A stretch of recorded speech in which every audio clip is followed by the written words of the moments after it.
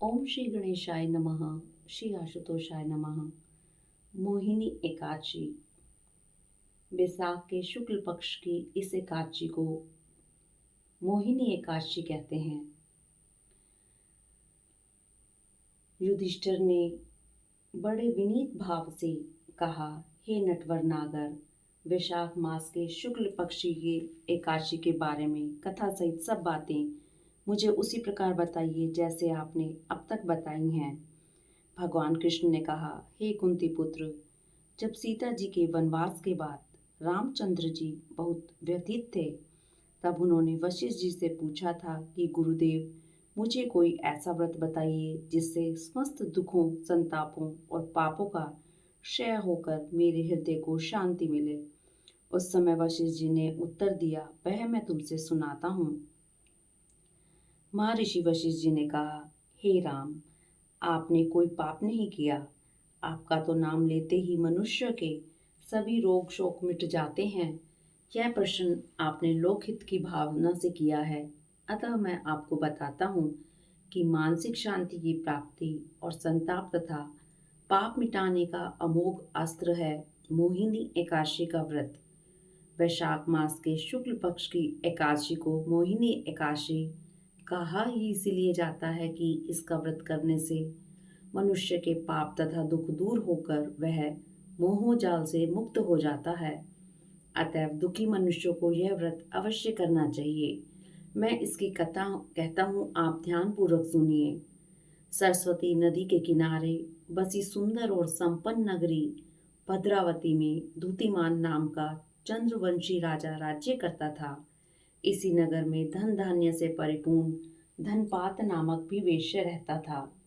वह वेश्य अत्यंत धर्मात्मा एवं विष्णु भक्त था। उसने नगर में अनेकों भोजनालय, प्याऊ, कुएं, तालाब और धर्मशाला बनवाए। सड़कों के किनारे आम, जामुन, नीम के पेड़ लगवाए।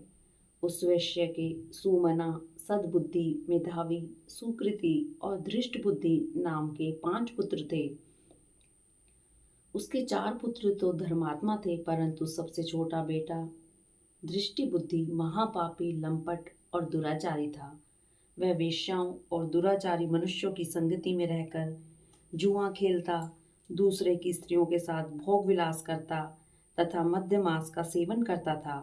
इस प्रकार अनेक कुकर्मों में फंसकर वह अपने पिता के धन को नष्ट करता था। इन्हीं कारणों से उसके पिता, भाइयों तथा कुटुंबियों ने उसको घर से निकाल दिया। घर से निकाल देने के बाद सब धन नष्ट हो जाने पर वेश्याओं तथा दुष्ट संगी साथियों ने उसका साथ छोड़ दिया। अब वह भूख और प्यास से अत्यंत दुखी रहने लगा। तब उसने रात्रि के समय चोरी करना प्रारंभ कर दिया। एक दिन वह पकड़ा गया, परंतु राज्य कर्मचारियों ने उसको वेश्या का पुत्र जानकर छोड़ दिया। परंतु जब दूसरी बार पकड़ा गया तो उन्होंने राजा के सामने उपस्थित कर दिया। राजा ने उसे दंडित कर कारागार में बंद कर दिया। कारागार में राजा ने उसको बहुत दुख दिए और फिर नगर से निकाल दिया। अब तो वह वन में रहकर जानवरों के शिकार पर अपना जीवन यापन करने लगा। एक दिन भूख प्यास से व्याकुल वह शिकार का पीछा करते करते कौंडिन्य ऋषि के आश्रम में जा पहुंचा।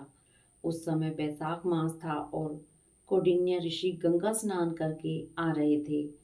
उनके भीगे हुए वस्त्रों के छींटे पड़ने से उसकी कुछ सद्बुद्धि प्राप्त हुई और वह मुनि के सामने हाथ जोड़कर कहने लगा, हे मुनीश्वर, मैंने अपने दुख में अपने जीवन में बहुत पाप किए हैं।